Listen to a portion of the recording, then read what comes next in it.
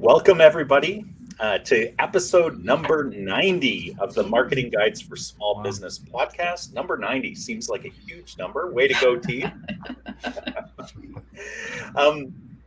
We hear this fairly often. Marketing doesn't work, or SEO doesn't work, or Google ads don't work, or email marketing doesn't work. We've heard it all as marketing consultants. And as marketing consultants and agency owners, we hear these complaints fairly often from business owners who have tried their hand at certain marketing tactics, but without success. But the truth is, every marketing strategy or tactic has the potential for great success or great failure. A lot of factors go into implementing successful marketing strategies. So I thought it would be an interesting topic for us to explore why marketing fails and how to avoid falling into the common traps. So let's get started. I thought it would be kind of an interesting way to start this conversation by going around in a circle, or whatever shape we're in. Sorry, I'm thinking back to kindergarten. But before we dig into this topic, I thought it would be helpful for each of us to share a marketing failure you've heard of, from a prospect, and what your reaction was to it, and why you've reacted that way. Jen, why don't you start off? I've got two, because we work with some smaller clients and then some very, very, very large clients. So on the smaller side, a fail would have been, we've had our office manager handling our marketing when she's not busy and it's not working. And so like these are before video calls were a thing. So I'm on the phone going, no wonder. I mean, not even just with marketing, but you have someone doing a main job and then you tack on a totally different job to them to do, off the side of your desk when you have the time. And when's that going to happen? Right. So that was a fail. And then on the larger side, anytime that there's like a merger or acquisition with a company, and we've been working on both sides of it, both the acquirer and the acquiree, I guess. And I say the fail there is there's no debriefing from the marketing team, either outgoing or coming in, because there's just a lot of knowledge there. Of course, this gets into the area where there's, bad feelings and fear about layoffs and whatnot, but no transfer of like, here's what we were doing, best practices, anything that would give the new team a way to get going. Or if some of the old team is transitioning to the newer team, any way to like bring what they know, kind of their either their best practices, or they're in the trenches, or the stuff that they already know. So it's I see that as a failure on the larger side of enterprise. Yeah, lost intelligence, corporate intelligence, then, right? Oh yeah. Oh yeah. What about you, Ken? I want to hear what Paul has to say first. Okay, what about you, Paul? Well, wasn't expecting that. No, I think it's more, anything can fail if you're not willing to invest what's necessary. And I think we see that as much as anything is that, well, I want an SEO package, but I only have $200 a month. Well, guess what? You're not going to get much. So to me, it's not necessarily, I mean, yes, sure, any specific thing can fail, but a lot of times I think it comes down to maybe they've been burned in the past and they don't want to, or they're afraid to invest any amount of money, or maybe they just don't have it. I know we've talked in the past that a lot of times marketing is kind of an afterthought. They kind of put everything else into place and they're like, oh yeah, we need to market. So where can we scrounge up a few $100s for a marketing plan? And that's a recipe for disaster right there. All right, I'm ready to go now. Okay, Ken's thought about it. He's heard what Paul said. Jump in, Ken. Well, I didn't want to steal Paul's thunder because I thought for sure he was going to talk about Google Ads. That's probably later.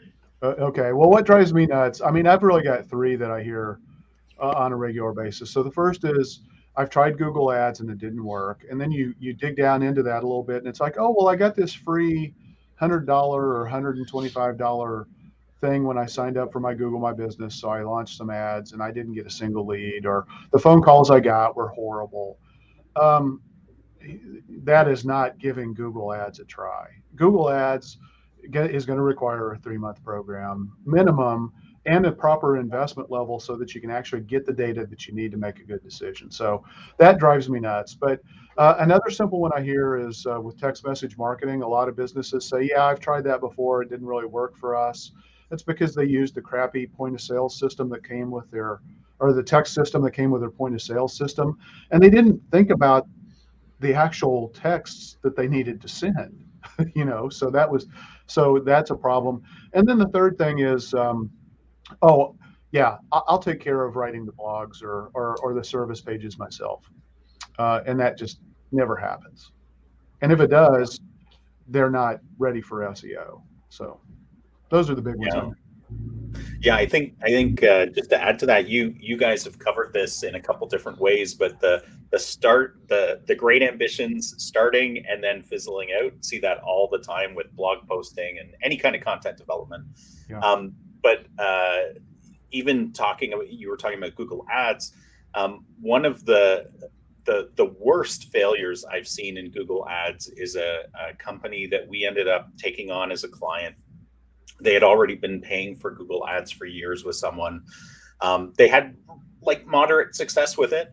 But when we were able to get into the back end of Google Ads and start to look at what worked and what didn't, we actually were able to determine that they were spending a lot of money driving ads and clicks to pages that didn't exist anymore because their ad manager was not keeping up to date with what was happening on their website and landing page development and stuff like that.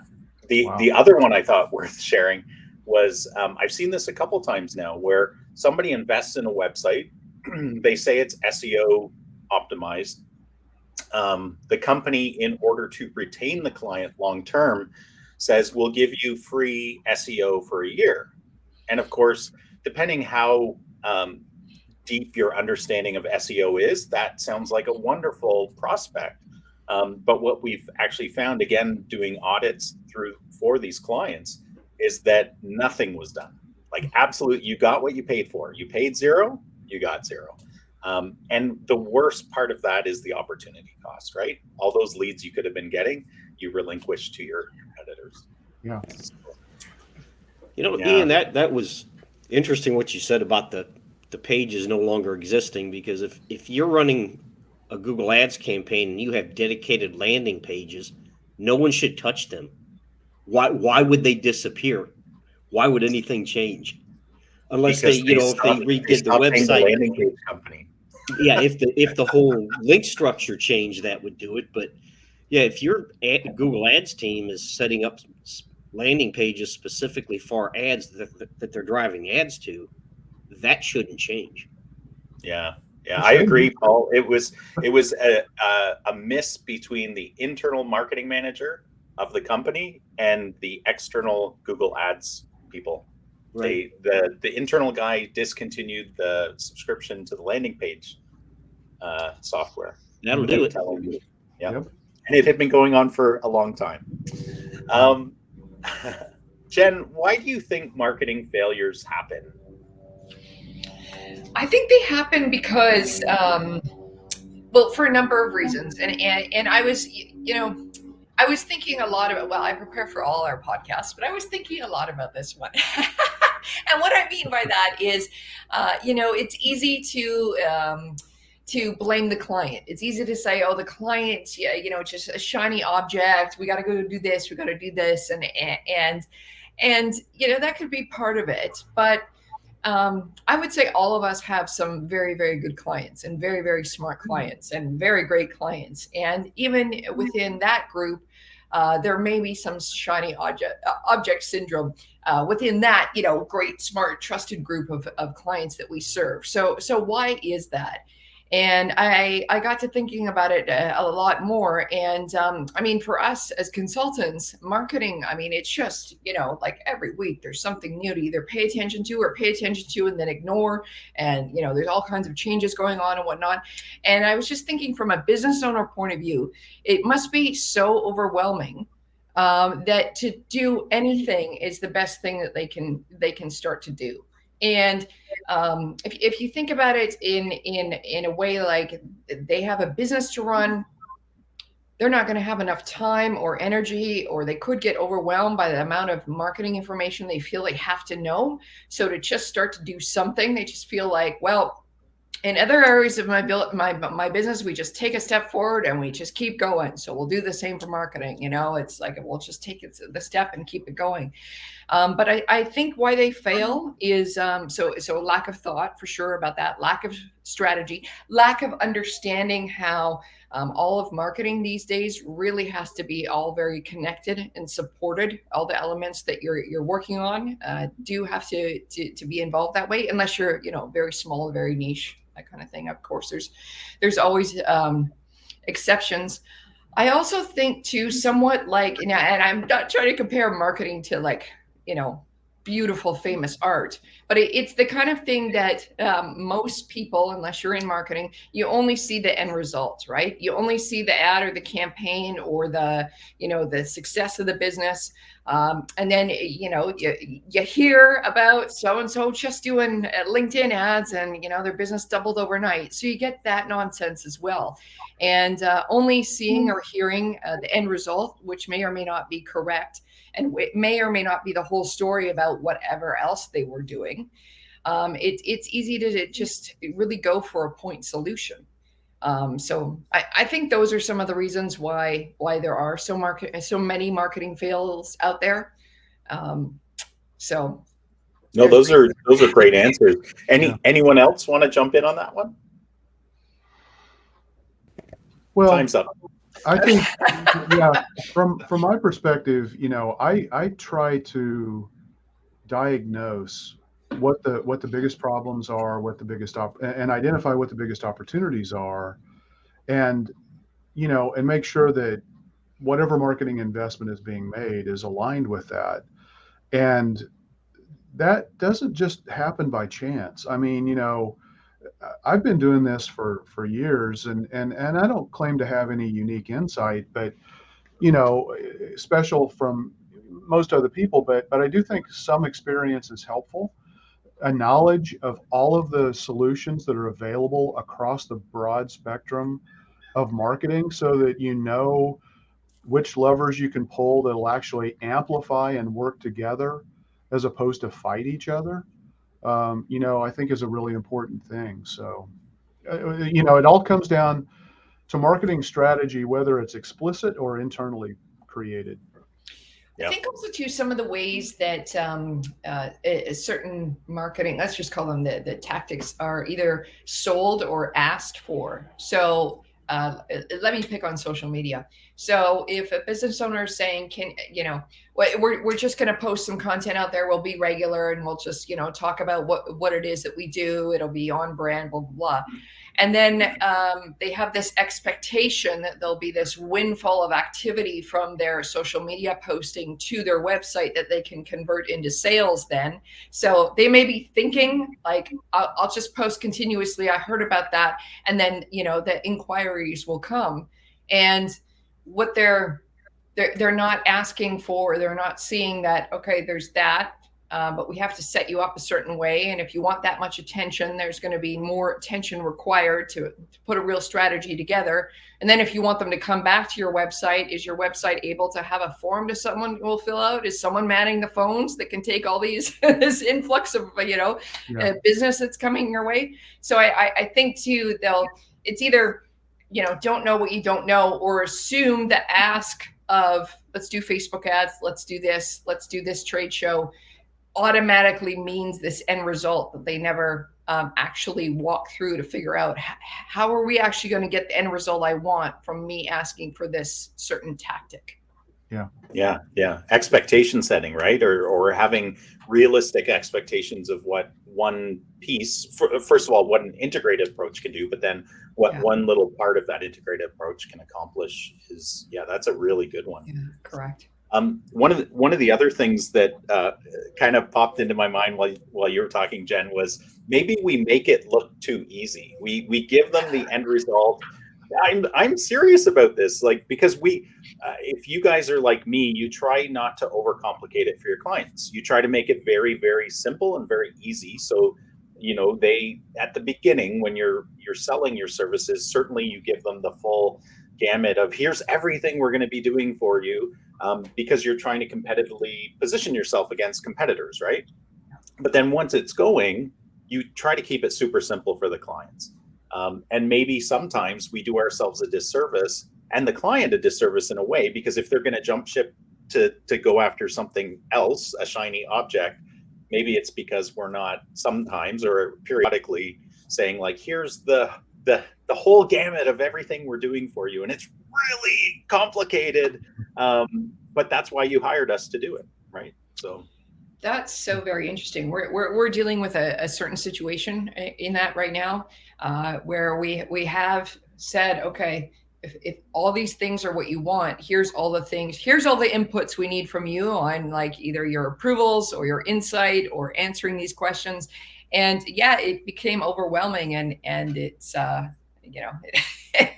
it hasn't gone super well. Let me just be honest, right? With the overwhelm, and it's a balancing act, because if we are hired to be the marketing department to take all that hassle away from you and give you the results, then yeah, part of that is we have to shield you from the minutia of the the 1,000 paper cuts every day, right? But then on the other hand, quite seriously, unless we have approval to do everything on our own the way we see fit that will support your business, we do need your approvals and your input and whatnot. So I think you have a real point there for sure. I don't know how to solve for that though, right? Because you want to take the pain away. That's why you're hired. But on the other hand, it's just like, man, if you knew, if you knew all what was going on.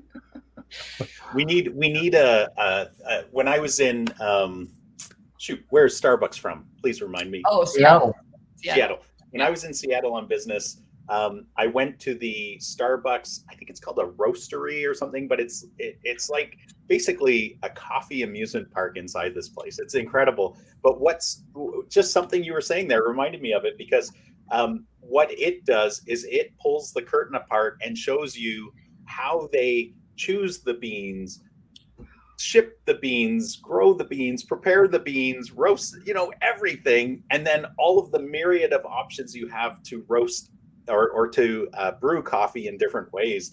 And it was kind of like, every day when I have my cup of coffee, it's a super simple thing, right? It's coffee and it's wonderful. But when they pulled the curtain apart and showed me kind of what goes into making a great cup of coffee, it's like, wow, that's really cool. So maybe that's what we need. We need a marketing roastery, Yeah, or I'm envisioning a big, like not an infographic to make it simple, but like a big infographic to be like, all right, treat your marketing team well, because this is all what we're dealing with.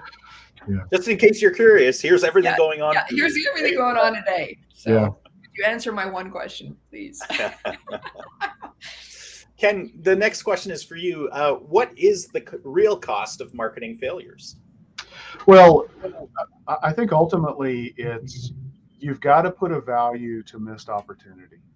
So, whether you decide not to act now, so it's like, okay, let's just say, right now for a lot of the trades, this is getting into their super busy time of the year.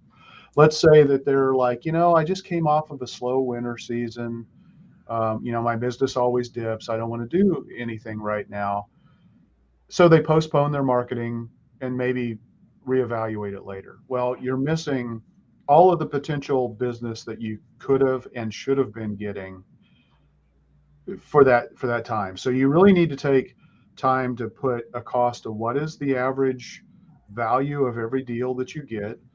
What is your likely close rate? If when somebody contacts you from your website historically, what's the percentage of people that you actually get to hire you to do those jobs? What kind of repeat business could you have gotten or referrals from that client base? And you're doing yourself a disservice if you don't add all that money up and really think about it. And I think a lot of people are like, man, I can't afford $1,500, $2,500, $3,500, $4,500 a month for marketing. But you probably can't afford not to either, because the world is not static. Businesses are investing more and more in online marketing. The costs of online marketing are increasing. Ad spend costs are increasing. It's getting more competitive, and the prices are both going up. So the longer you wait, the steeper the hill is going to be for you to climb. And in the meantime, your competitors who are making those investments could be leapfrogging you. And so you really do need to calculate and put a price to it, because there is a price to inaction or under action. So if you go the cheap route and you hire somebody who gives you an SEO program for $500 a month, you're not going to make very much progress. They may do some things. They may help incrementally with, a keyword phrase here or there, a service here or there, something like that. But it's undervaluing the potential that's there. And I realize everybody has to manage their money and their budgets. Right now, if that's a concern to you and you have the ability to get a business loan, I think you probably should go get a business loan, because rates are going to go up very quickly. And so now is the best time to lock in that, even if you're not going to use it yet, get it approved so that you have access to that capital when you need it to make the investments. You lose the opportunity for people to start to build up that name recognition. And for a lot of businesses, that may not be the biggest thing, but every little bit helps. So there's just a lot of missed things. And ultimately, if you invest in bad marketing, it potentially can hurt your reputation. Um, and so I think you need to, because you might wind up getting some bad reviews as a result, because there's maybe a misalignment between the promise of what you guys say you could deliver through your marketing versus what you actually can deliver, or just yeah. I mean, there's a lot there, but it drives me nuts, because a lot of people leave so much money on the table that could have been theirs and should have been theirs.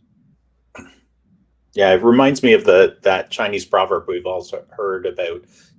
When is the best time to plant a tree? 20 years ago. When's the second best time to plant a tree? Right now, right? And Yeah. I use that a lot when I'm talking to people about, especially with SEO, because SEO takes time to flourish. But yeah, one of the things you said too, it just, we as businesses do not exist in a bubble. I've had many clients say, oh, I don't need to worry about the competition. Yes, you do, because they can actually, if they're investing regularly in the right kind of marketing, they can become an entrenched competitor, and essentially you're relinquishing prospective customers or patients or whatever clients to them. And absolutely no one I know who is a business owner wants to relinquish willingly customers to their competitors. Yeah. Well, if you're not doing enough marketing to stay top of mind, and staying in regular enough contact with your customers, clients, patients, whatever you might happen to call those folks, there's an easy chance you can slip in and take that customer away from you, even if you have strong loyalty. Because again, look, people are busy. Their job is not to remember, oh, this is the best roofing company I've ever worked with. They may remember it, they may not, depending on all of the other things that are going on in their life. Then you throw in the competition and how aggressive they are, and what they're doing in their marketing and their messaging. You're just, when you don't have good marketing, you're creating a void, and rarely is that void going to be filled with what you want it to be filled with. It's usually going to be the exact opposite. I mean, it's messaging 101. I mean, when you don't control the conversation and you let somebody else control it, you're usually not going to be happy with the outcome. And the cost of marketing failures can lead very much to that. Yeah. Even if it's not marketing, there's no action that's creating the void. Yeah. And Ian, what you said about the business says I don't have to worry about my competition. Well, yeah, because your competition may be doing things, and if they're doing things and you're not, it takes overwhelming firepower to dislodge an entrenched enemy. And if your competition gets that foothold and they're ranking number one for the important keywords and they're in the 3-pack and they're running ads, and now you come along 5 years later, and what is it going to take to knock them out of that top spot? You might be looking at $5,000, $6,000, $7,000 a month program to do that, because they've got this head start on you. Yep. Yeah, absolutely. We've got some customers who we've been working with for years who are the entrenched competitor because they've been doing the right things for a long time, right? And so we as their marketing team, we keep an eye on what the competition is doing. And certainly during COVID, we saw a lot of energy from the competitors being placed in their SEO, in digital marketing. And so we see movement now, like they're making progress. But as the entrenched leader, we are very hard to dislodge because we're not standing still either, right? And we're keeping tabs on what they're doing. And if by any chance they actually are doing something better than we're doing for our customer, we're looking at it and going, oh, that's a good thing. We should be doing that too. And we just add it to our portfolio of what we're doing for the client. And again, we continue to go higher rather than get displaced. So, yeah.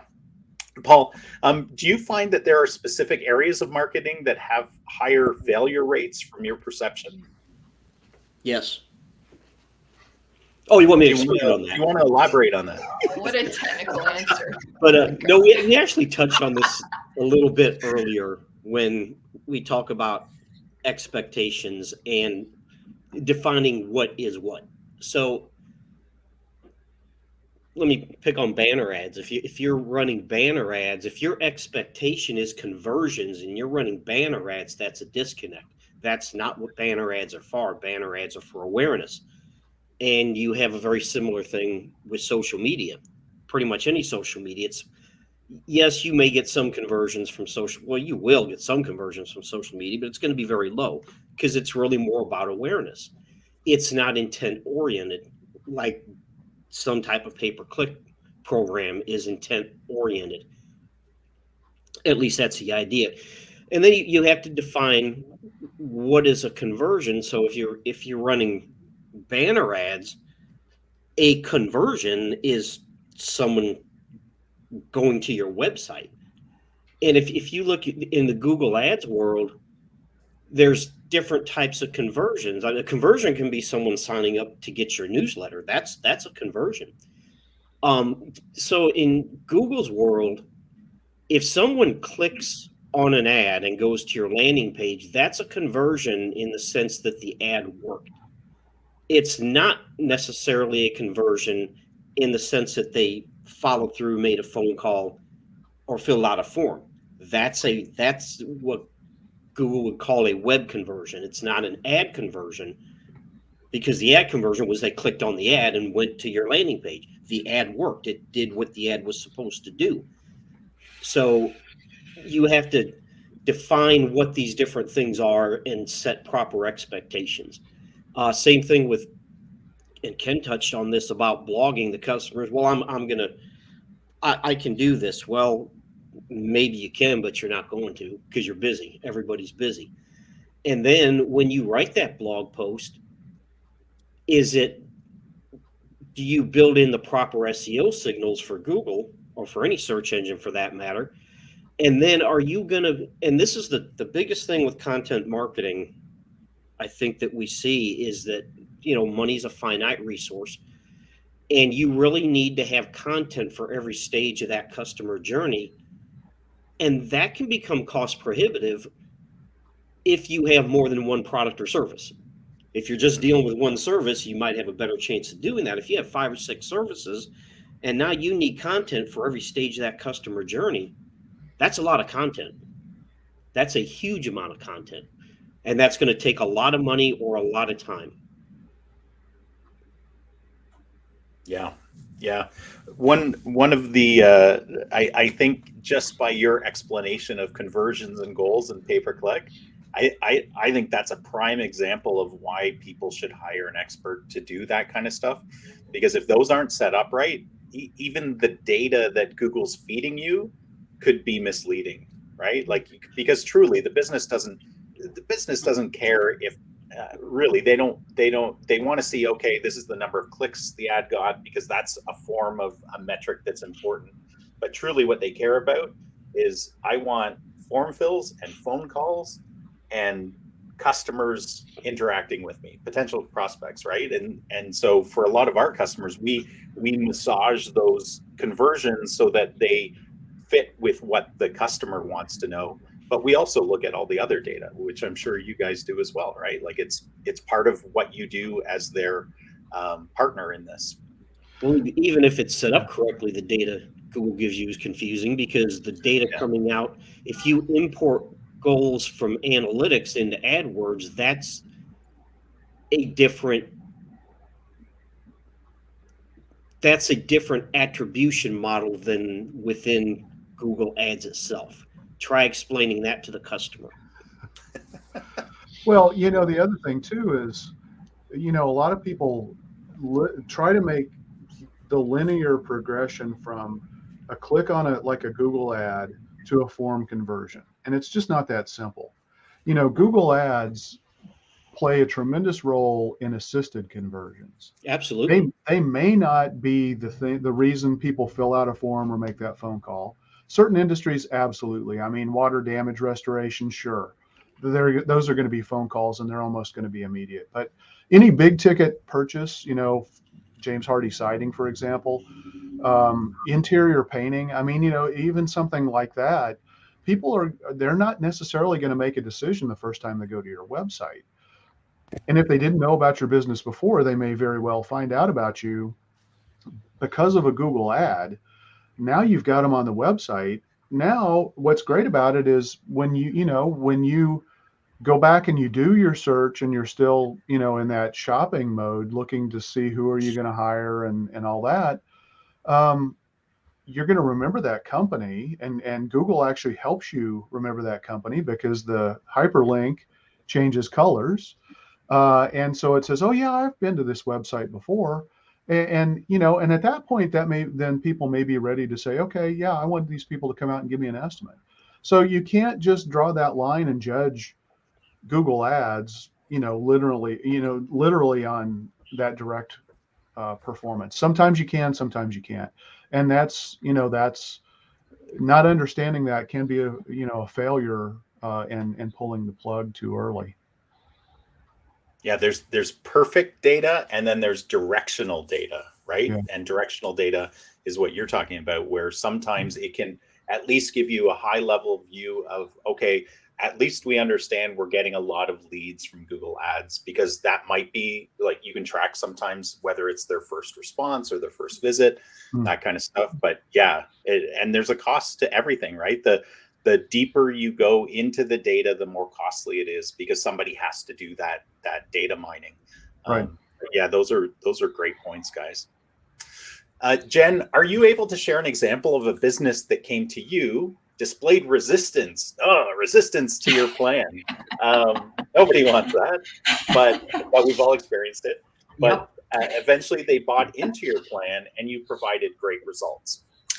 Yes, I do. But instead of talking about a whole plan, I'm going to talk about like one specific tactic that was part of a big plan that got resistance, and then got what do you say it afterwards? Like before you say "I told you so," what is that called? The accolades or reverse accolades or whatever. So, anyways, let me tell you the story. And this is a tactic that I'm just thinking here. I chose this because everyone listening could do this tactic as well. So it doesn't require a huge amount of dollars to do it. So what it is so the resistance we had. So we had this client. They were in the IT, I guess, IT services space, but on a large scale. So setting up the inner workings of IT for retail stores. So big job, big budgets, long sales cycle, complex, lots of buyers, lots of influencers. So you had all that. Lots of decision makers too, probably. Lots of decision makers. Yeah. And to be serious, lots of competition, even though there wouldn't be 50 other competitors, but a handful of a short list of 3 or 4. That's enough. Okay, so the idea was we were working a lot with the executive VP of sales, and we had gotten him over the hump of blogging. So we were blogging for him, obviously, but obviously his point of view and whatnot.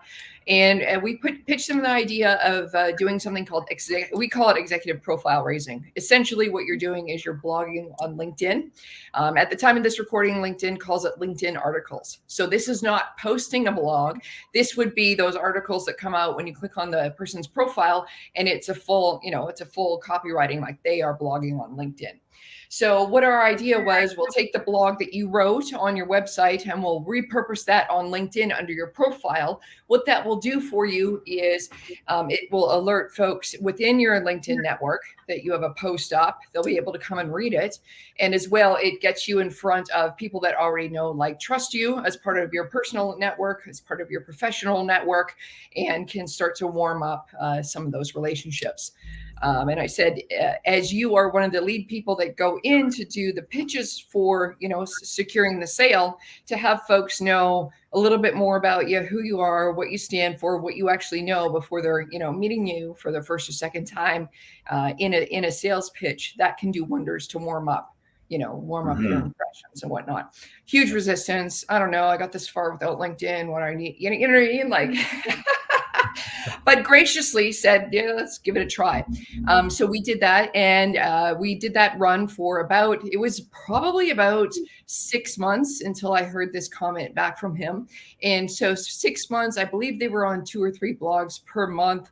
So you think about that, 2 or 3 of these LinkedIn posts per month were coming out under his name and whatnot. And he did say on a call, he's like, I went into one of my first meetings with this big client the other week, and they said, hey, we know about you. We know, we've been reading your articles on LinkedIn. And he said, first of all, it was, what do you call it? It was flattering, of course.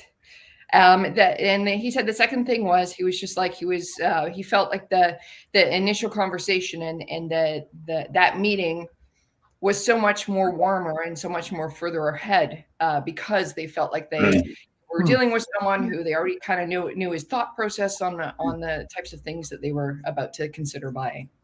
So that is my war story on that tactic.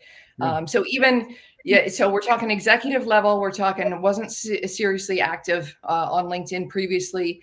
We're talking obviously made it to probably the upper or almost the peak level of his career without doing anything like that. Started to implement this kind of tactic consistently. So 6 months, right? It wasn't post once and all of a sudden you're a superstar, but did see the results, and it was able to help with the business.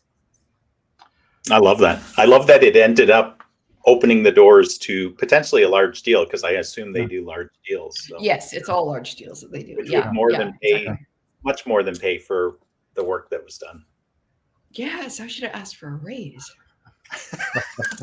Should be like percentage deal on everyone. I'm just kidding. So, but no, I mean, it was so 2 things, of course, ego wise, you're validated and all that. But I mean, the whole point of us doing this work with our clients is to improve their business, help them along somehow. Right. So we knew it was going to work. He trusted, he showed up and did it, and we got it posted and whatnot, and was behind us, I guess, a little begrudgingly, but he's just, and to see that it worked, to see that the client was happy, to see that the client could see and now believe, and now was like, okay, when's my next blog? Like that, getting I guess getting that kind of energy and approval on your side to help them with their own business. I mean, that's amazing, right? That was the reward, to be quite honest. Yeah, cool. That's very cool. Ken, what are some ways that business owners can avoid marketing failures?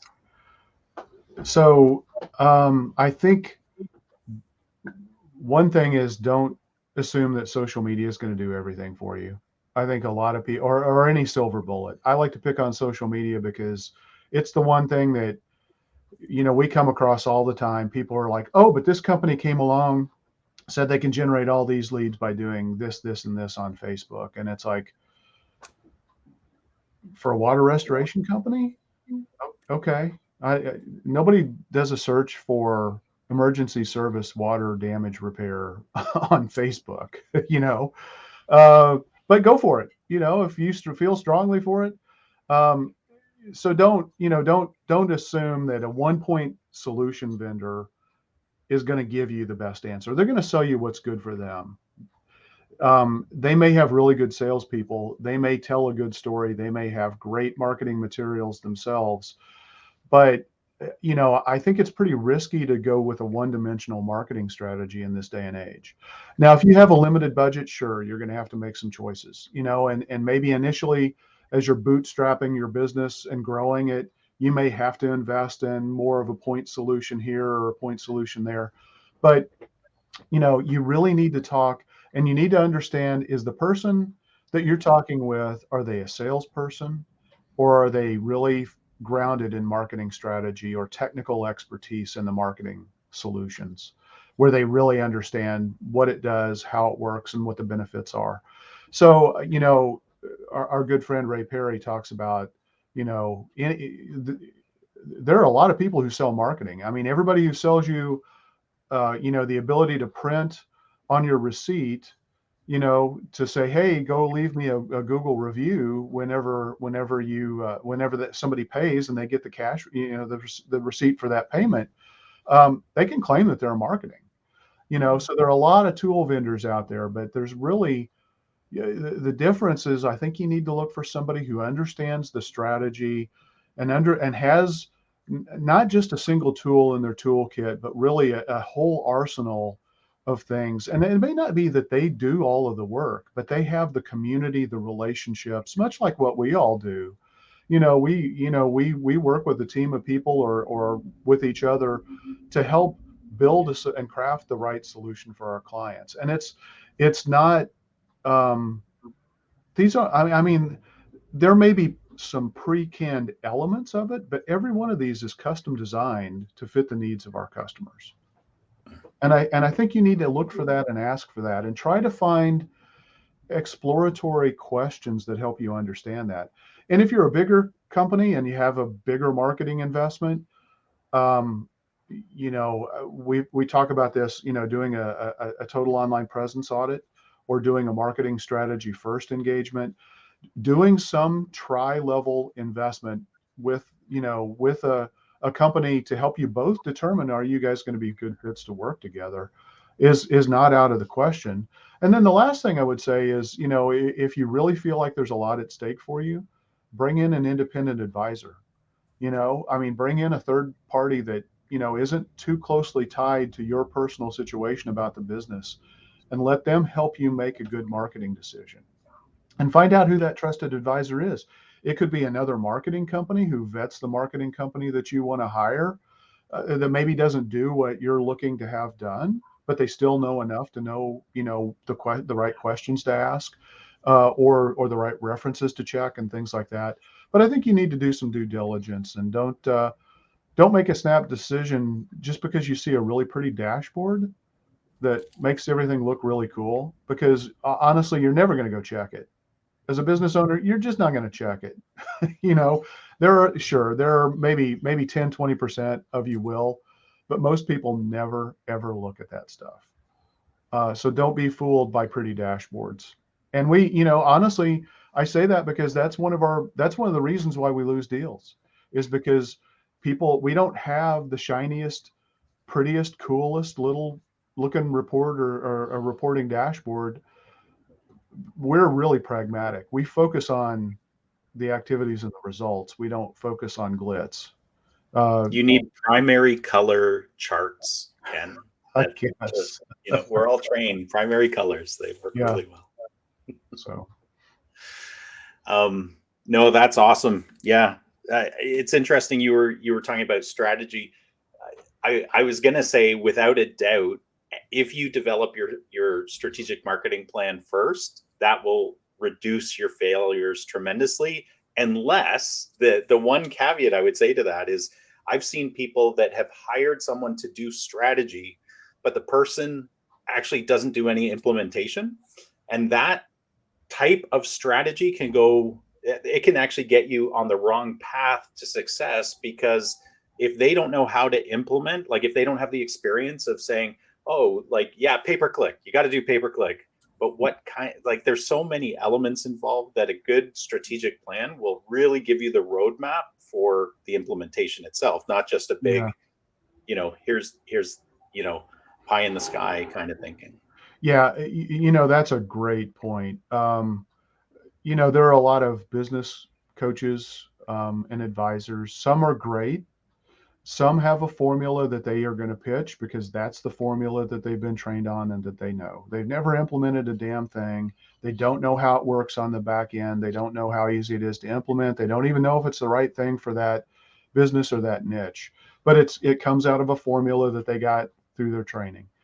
And look, I'm a business coach as well. And I do that as much as anything just because I want to have a bigger picture and a broader perspective so that I can try to make the best possible decisions that I can for my clients.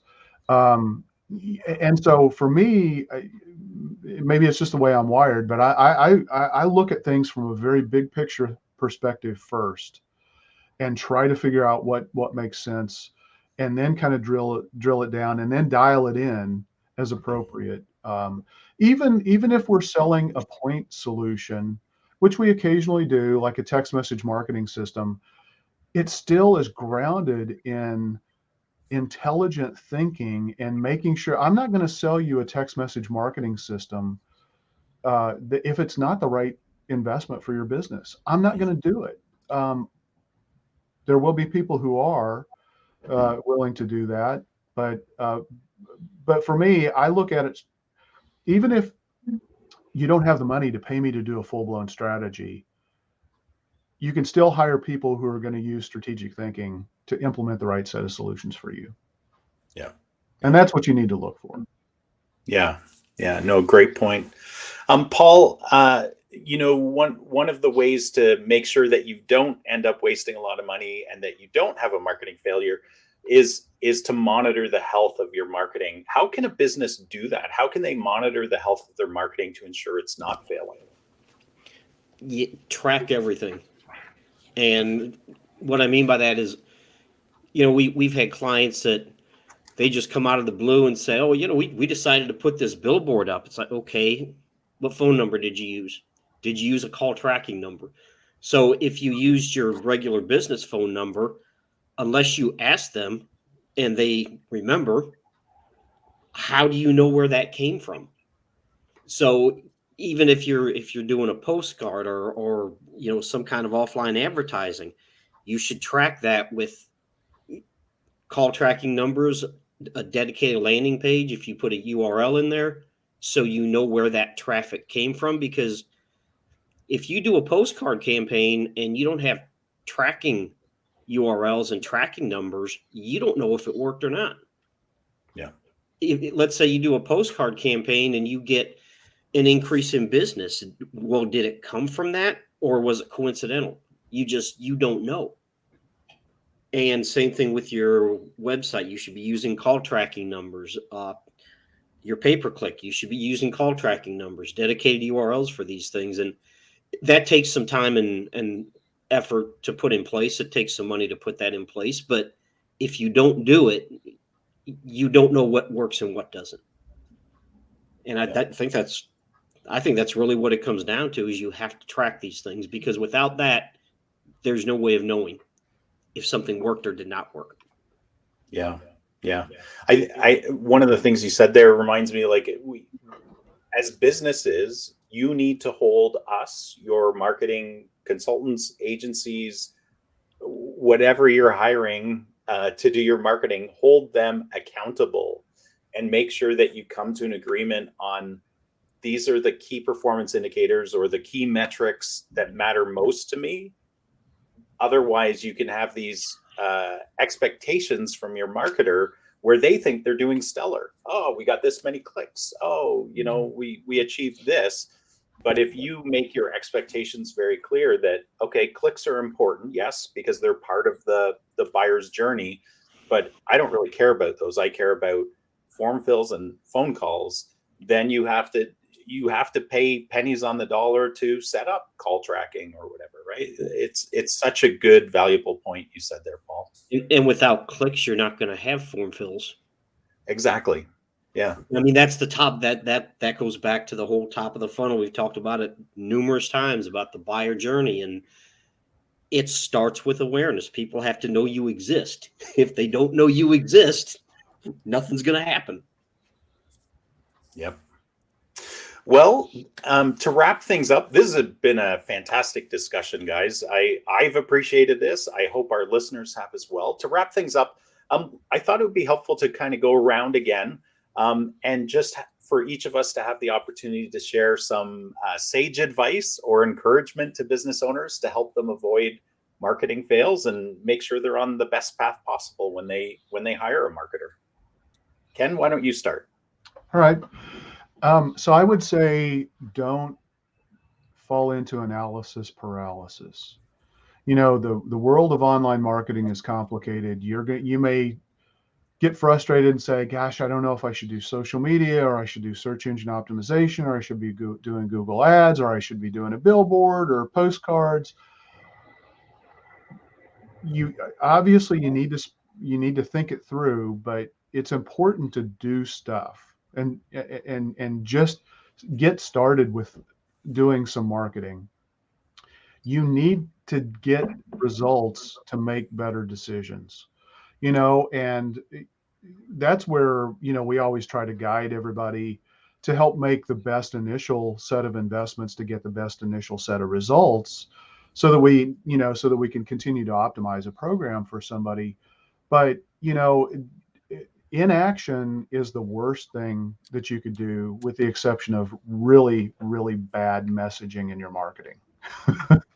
So it's important to get started, and it's important to, if you need to go read some business books and that gives you the confidence to get started, if you need to hire a marketing consultant, but don't do nothing. That's not a good thing. Marketing should be one of the most important, and I think it is arguably one of the most important systems you should have for your business. And it needs to be a system. And a system doesn't just happen. It requires design to be able to make a system work. And so, but that's not to say that you can't grow into the system. Just get started. Cool. Paul, what about you? Sage advice or encouragement for business owners? Well, kind of expanding on what Ken said, hoping I don't get in trouble here. Uh-oh. Ken had a meeting with a business. Expanding or contradicting? No. Expanding a little bit. He had a conversation with a business, like it was earlier this week or late last week. They don't even have a website. This day and age, they don't even have a website. So this goes back to truly throwing mud on the wall in the beginning to see what stick, because if you have no website, no marketing plan, no data, you're starting with nothing. So you're going to have to try some things. It goes back to, paralysis. You're going to have to try some things. I mean, sure, we have some ideas. We've dealt with this industry before, so we have some ideas about what works and what doesn't work. But still, you're basically starting with nothing. And what he said about, analysis paralysis, that the greatest thing about digital marketing is that anything and everything can be tracked. The worst thing about digital marketing is that anything and everything can be tracked. So, yeah, not so much thanks to Apple. What's that? Never mind. Oh, but yeah, you do have to have that initial data set. And if you're starting with nothing, you have to develop it by doing something. And some of those things aren't going to work, but you don't know that until you try. Yeah. Yeah. Well, and Yeah. that's just what you said there too, is another reason why it's valuable to have an experienced strategic thinking marketer in your back pocket, because Exactly. they can bring their experience and best practices to the table. Because there are some I think everybody on this call would say, like, we have slam dunks for customers. Like, we know, and all things being equal, unless there's something we don't know about the business, like they're really bad at what they do, or something we can't control, all things being equal, we know exactly what we would do first, because we know it will be successful. And unfortunately, a business owner that's dabbling in marketing or trying to get caught up to speed will not have that information. So it's helpful to partner with an experienced person. Sorry, you were going to say, Ken? Oh no, pretty much what you just said, actually. Okay. Sorry. If you hire somebody who already has expertise, in crafting a solution for the type of business you have, that can be a really great jumpstart. Yeah. Speed to market. Yeah. Jen, what about you? I want to piggyback off of what Ken said at first about the marketing system. And if any of the listeners are just thinking, like, what is a marketing system? Oh my God, something else to think about. Virtually every business has a payroll system, and your system works like your folks get paid every 2 weeks, every month, whatever system you're on. And that happens. You don't all of a sudden pay every 2 days, and then every 2 months, and then every 6 months, and then turn it off for a while, right? Like, that's a system that has to be implemented, thought about, and work. So if you understand that kind of thing, that kind of system, it's the very same for your marketing. So it's got to be continuous. It's got to be fed. It's got to be watered. It's got to go. And then that's a supporting element for your business. So you kind of already know what he's talking about. So just think about that. Oh, payroll, right? It's consistent. Okay, my marketing has to be consistent. Okay, you're 90% there. The sage advice I would give is I would say with marketing being confusing and overwhelming to a lot of folks that aren't in it, and some of us in it, it feels confusing and overwhelming sometimes too. If you could just slow it down and answer the question: if my marketing was working, this would happen. Either we would be thought of as better than our competitors. We would have the phone ringing for 100 inquiries every day. Or if you can finish that sentence with what you actually want to happen for your business, that can really help you when you go to get some marketing advice or hire a marketing consultant, because then they are clear of like, oh, okay, is it awareness? Oh, okay. Do you need to beat your competition? Okay. Do you need to make the phone ring? Whatever it is for you, then they can take that and back into working out a good strategy and implement that to help that happen for you. And in that way, you're going to feel like my marketing is working, because what I think it'll do for me, or what I want it to be done, is has been formulated to get me that result. So just think about it. What is it that you'd want your marketing to do for you? And that'll clear up a lot of things as you go looking for marketing help. I love that. Thinking about your future state. That's very marketing? Powerful. That's marketing. Yeah. Marketing is about transformation. Yeah. Boom. And there is no better way to end this conversation today than with transformation. So thank you, guides. Thank you, listeners, for joining us today for this marketing topic. If it has been helpful to you, please share the wealth with others by telling them about this podcast. And we hope to see you next week.